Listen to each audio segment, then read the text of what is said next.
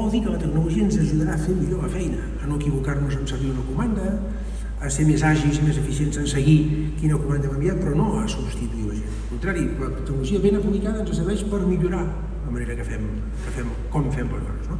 Per tant, una inversió d'aquest tipus, d'aquí m'agradaria subratllar dues coses. Primer, el fons de transició nuclear. Què és això?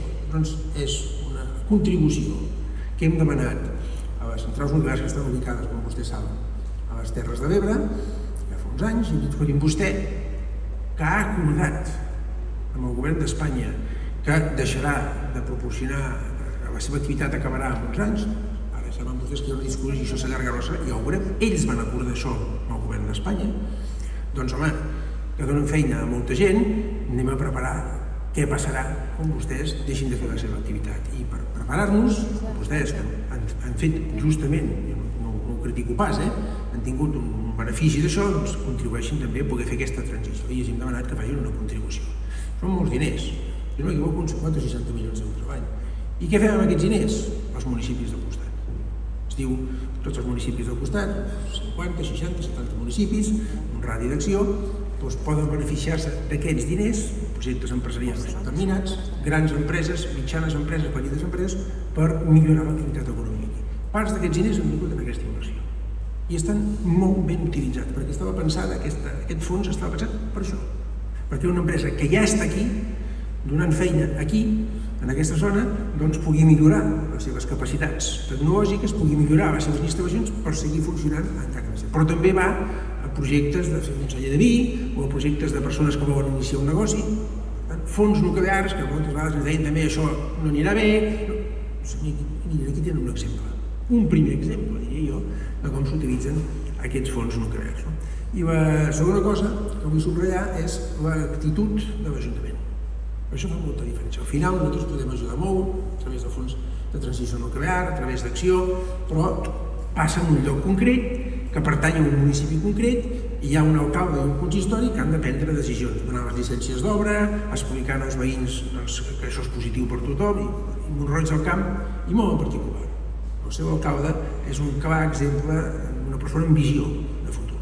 A vegades és més còmode no fer res, a vegades és més còmode no tocar les coses, i per aquí no tocar, no. Tenim un alcalde que té ambició, que vol anar més, que vol millorar el seu municipi, i a vostès els ha recolzat amb aquesta inversió, però no està promocionant una firma sud-coreana de bote, però no està promocionant una altra en el sector agroalimentari amb la llei Origen, i m'estava parlant avui, ja no sé de quants projectes que diuen, pare, l'alcalde anem pas per pas. També volíem coses de càmping, això és el que s'ha de fer, generar prosperitat i fer les coses ben fetes. Hi ha gent, poca, sorollosa, però poca, que tot el que es toca ho veuen malament i que es pensen que tot serà per... I no és veritat. Es poden fer coses ben fetes amb respecte al medi ambient, amb respecte als drets de tothom i que ens permetin generar més prosperitat. Per tant, fons de transició nuclear, un exemple concret, i actitud de l'alcalde de Mont-roig del Camp i del consistori, doncs donar suport a vostès, Fischer, durant tot el temps que estan aquí, en particular en aquesta inversió que s'ha fet. Dues coses més, no allargar-me, no? Arran sobretot de la intervenció del senyor Besa. He parlat bastant extensament d'Europa i m'ha agradat parlar. Diu, Fischer és una empresa alemana, jo ja no dic això, és una empresa europea. Ens hem d'acostumar a parlar d'empreses europees, perquè l'espai de referència, el marc públic de referència important per nosaltres ja no és Espanya, ja no és Itàlia, és Europa. Som 450 milions de ciutadans. En termes internacionals, rics. Ja sé que això m'ho poden interpretar malament i em poden dir, però aquí, en termes internacionals, rics. Amb economies molt avançades. 450 milions de ciutadans, en termes internacionals, amb poders adquisitius, doncs home, units fem feina. Ja ho hem vist, on ens hem unit a nivell de mercat. I vam renunciar tots a la nostra moneda. I no va ser cap drama. Hi ha res més simbòlic que una moneda per una identitat col·lectiva? La pesseta, el marc alemany, el franc francès, la lliura italiana... Ha anat pitjor la nostra vida? Quan fa 26 anys vam dir anem a ajuntar-ho tot i fer una moneda única que es diu euro, hem empitjorat amb alguna cosa? Ens sentim diferents? La nostra identitat s'ha vist deteriorada? O hem anat més bé? I tenim una moneda més forta? Ja sé que hi ha hagut un procés d'aprenentatge. Doncs això mateix que hem fet a nivell econòmic, Europa ho ha de fer a nivell polític. Ens hem de federar. Hem d'anar junts. Hem d'anar junts per millorar la nostra autonomia estratègica, per millorar la nostra capacitat defensiva, la nostra seguretat, per millorar el nostre mercat de capitals, perquè l'estalvi que fem tots els europeus, els alemanys, els espanyols, els catalans, els italians, els francesos, reverteixen inversions aquí, no en inversions. Perquè, efectivament, com deia el senyor Bessler, doncs Europa fa front a una triple amenaça. Una amenaça militar, que ve dels russos. Aquí ens estem lluny, això, no. Una amenaça militar, que ve dels russos. Una amenaça política, que ve dels Estats Units, i que ens ha sorprès, perquè ens semblava que això no passaria mai, i ha passat. Està passant. I una amenaça econòmica, que ve de Xina. I l'única manera de fer front a això no és anar a cadascú pel seu compte, és anar junts, els europeus. I tenim més coses en comú que diferències. Clar que hi ha diferències entre la gastronomia alemana i la catalana, jo quedo un poc catalana, però entre mentalitat, clar que hi ha diferències. Però tenim coses en comú, moltes més de les que ens pensem. En particular, hi ha 3 coses que ens caracteritzen. Una, que tenim unes economies de mercat regulades que permeten que generem prosperitat.